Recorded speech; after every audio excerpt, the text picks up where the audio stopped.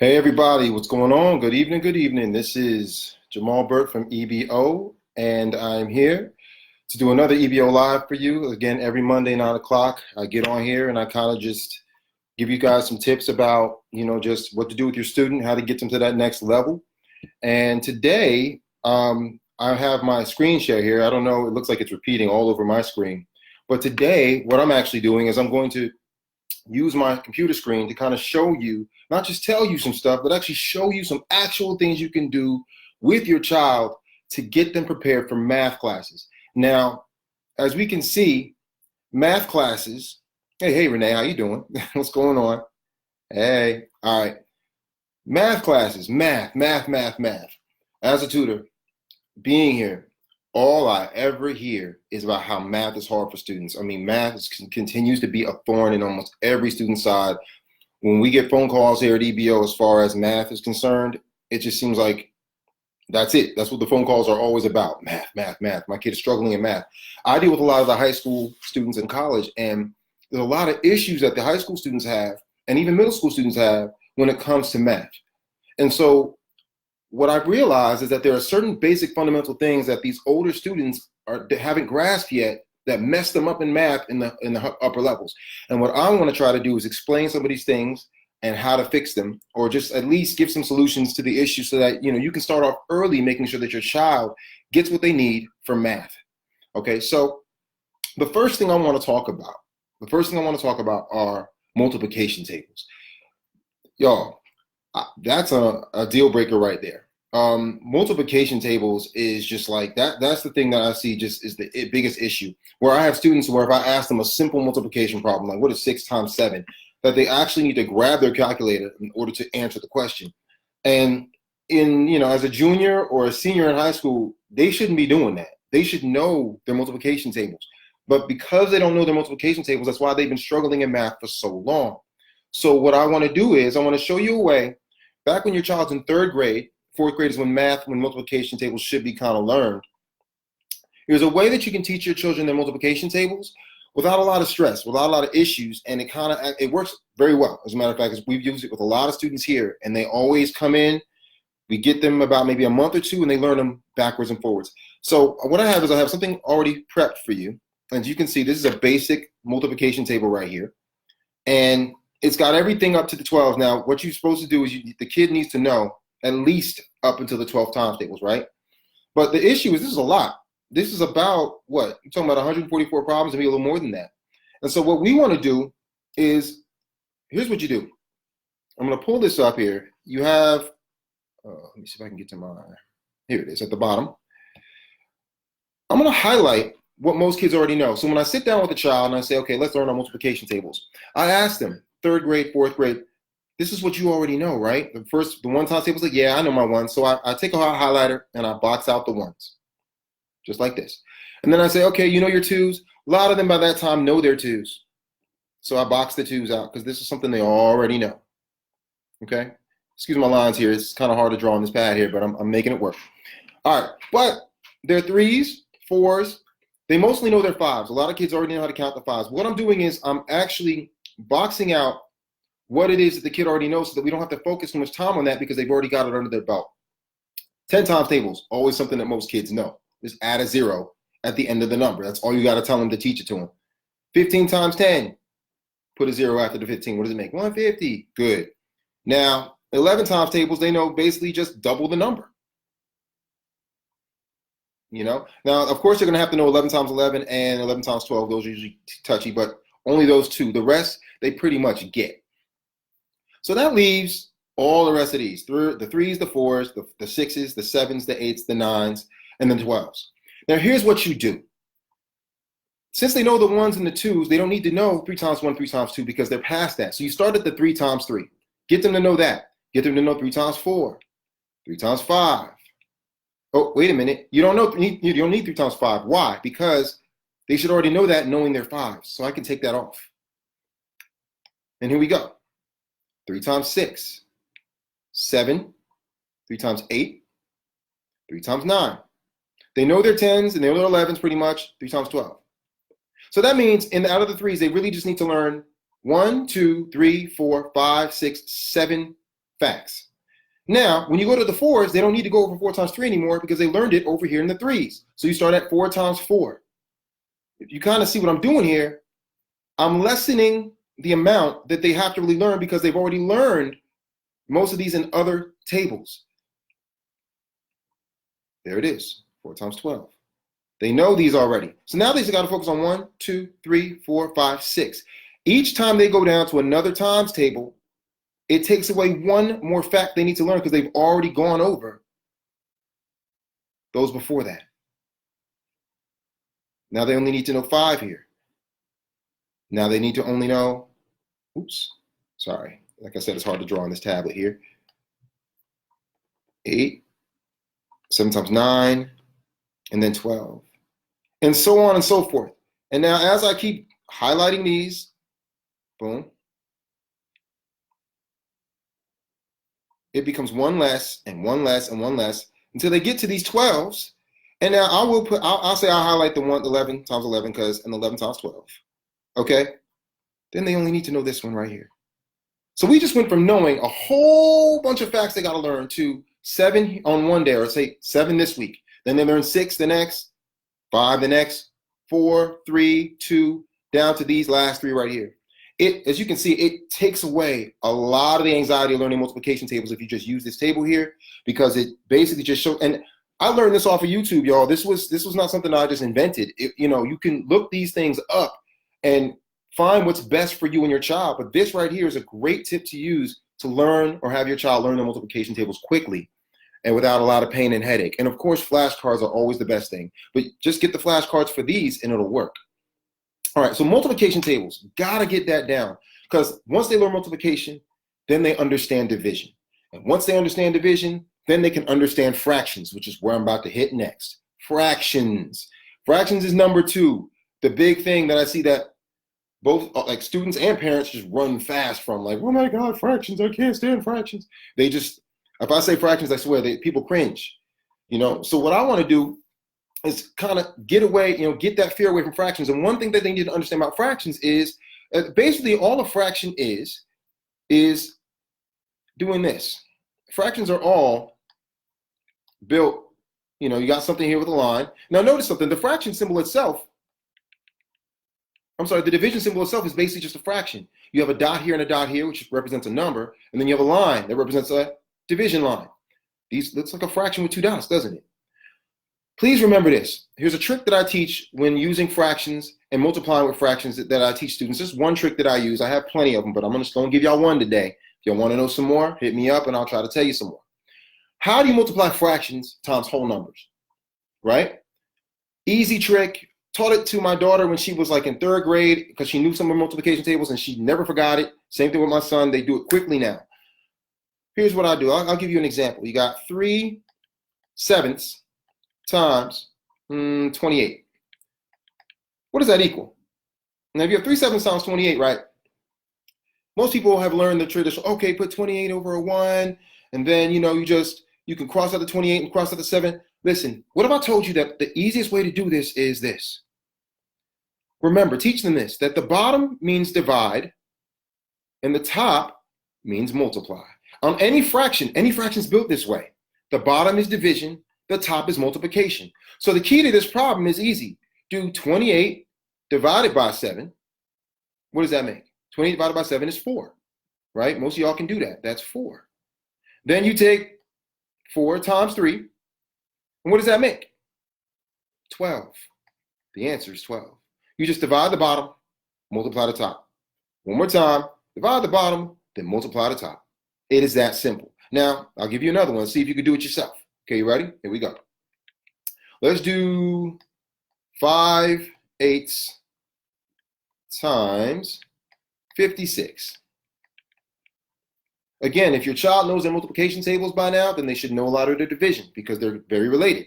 So again, 56, right? We'll do divide the bottom. 56 divided by 8. Get that? And then multiply it times 5. What's the answer? The answer you should have got was 35. Because 56 divided by 8, you divide the bottom, That gives you 7. Then you take the 7 and you multiply it times this 5 right here. 7 times 5 is 35. Bam. So that's one trick you can use to help a student learn how to manipulate fractions by understanding that everything at the bottom of a fraction means division and everything at the top of a fraction means multiplication. Great way to start. Now, wait, I've had students also ask, well, Mr. Bird, what? What if the bottom of the fraction can't be divided by the number you get there? Okay, well, let me show you. So I'm gonna get this out the way.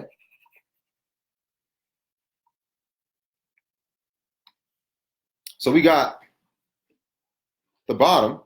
We'll say, I'm sorry, I'll come up with a fraction like this. Let's say 3/7, okay, times 12. Now, from what I told you before, you divide the bottom, but 12 does not divide by 7, not in any way. So what do? Well, you skip the first step. You can't divide the bottom, so just multiply times the top. When you multiply a fraction times anything, you're just multiplying the top number times that thing. That's it. So what's 3 times 12? 3 times 12 is 36. So I'm going to write that down. It's going to be 36 over 7. That's the answer. Most students and most teachers will accept that as an answer unless they want you to simplify it. So you just 7 goes into 36, what? 5 times with 1 left over, 5 and 1/7. Both of these answers are acceptable, but just multiply. If you can't divide the bottom, just multiply the top. All right. So I kind of went into fractions here a little bit more.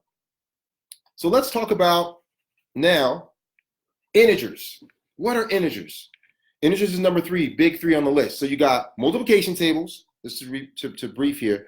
Multiplication tables, fractions, learning how to manipulate fractions. That's another thing that's key for math skills. And 3, integers. They must know how to manipulate integers. What are integers? Integers are simply knowing how to deal with positive and negative numbers. So for example, I have a lot of students who have this problem right here. They say -4 plus 7. And they're like, oh no, I don't know what to do with this. Like, what's the answer? They don't know whether to subtract the 4 or add the 7 or do whatever. They don't know where to start. There's a simple trick I teach, which is called, it goes like this: same, sum. Same sum, and I put a little plus sign at the end here. And I do different,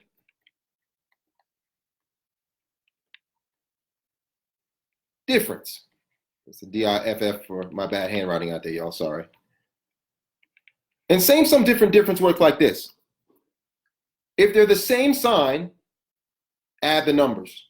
So clearly these are not the same sign, these are different signs.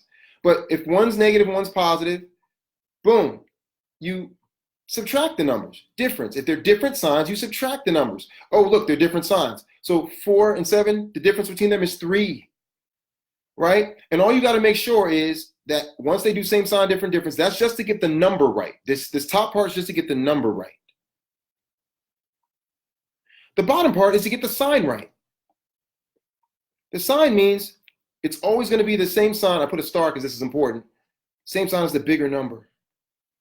Well, the bigger number out of these two, absolute value, the bigger number is 7, and it's positive, so this is a positive 3. That's the answer.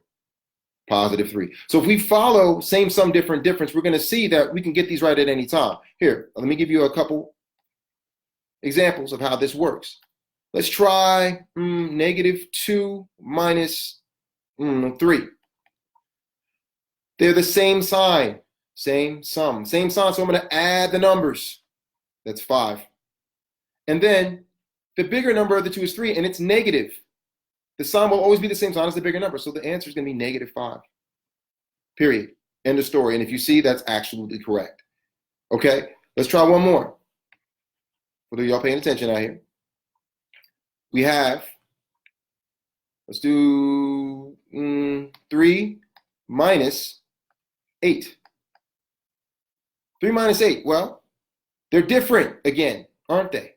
So we subtract 5.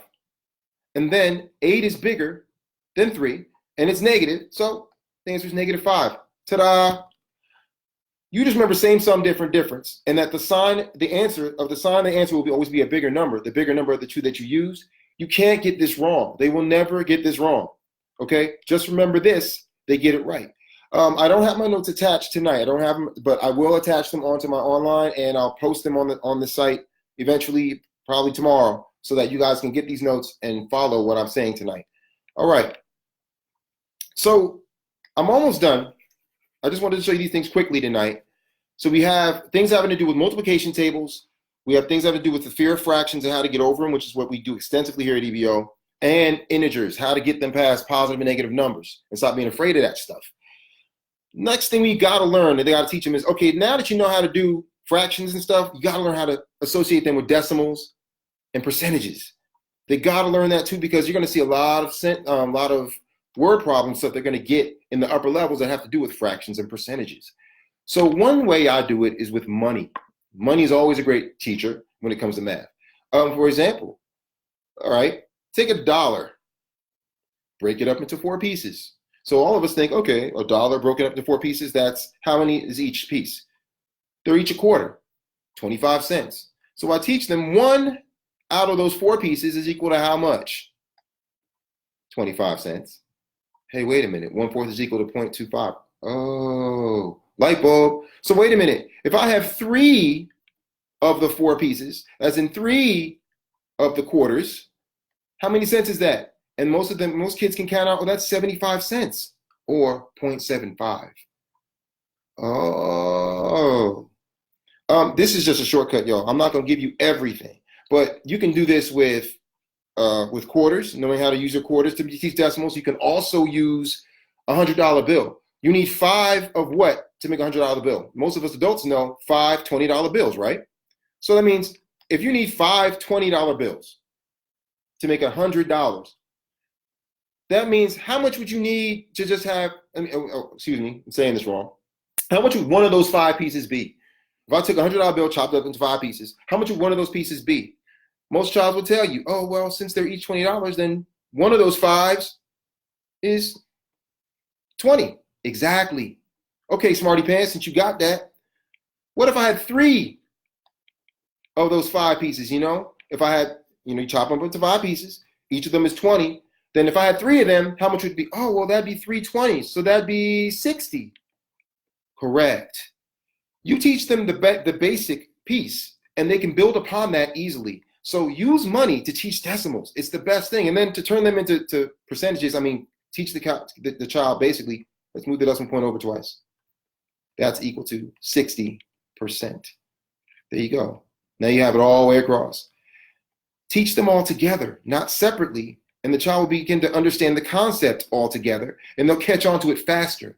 But if you try to teach them piecemeal, it's chopped up in the child's head too, and they're not going to be able to really fully put the pieces together and understand it fully. You got to teach them full scope. All right. So I went through a lot tonight, and I used this whiteboard, and I'm hoping you guys are still watching. One more thing I want to show you. First, you have to understand mental calculations is huge. I do a lot of mental math, which is basically just having a child. I give them a number, and I tell them what to do with the number mathematically, and they do that number, and then after about 4 or 5 or 6 operations that I give them, add, subtract it, do this, do that, they should be able to give me an answer flat out. Calculators are crippling children right now. I'm sorry to say this, but calculators are crippling children mathematically, just horribly, because they no longer can do the calculations in their mind, and they're depending on a machine, and it's like, yeah, they might get the answer faster, but then they're going to find out once they get it in their head, they can do it faster mentally. All right, algebra at an early age. I always challenge teachers, say, I can teach algebra, as early as 1st grade. And the kids the teacher's like, what do you mean? That makes no sense. How do you teach them algebra? I said, look, what if I put this on the board and your kids are learning your math tables, and I say, let's see.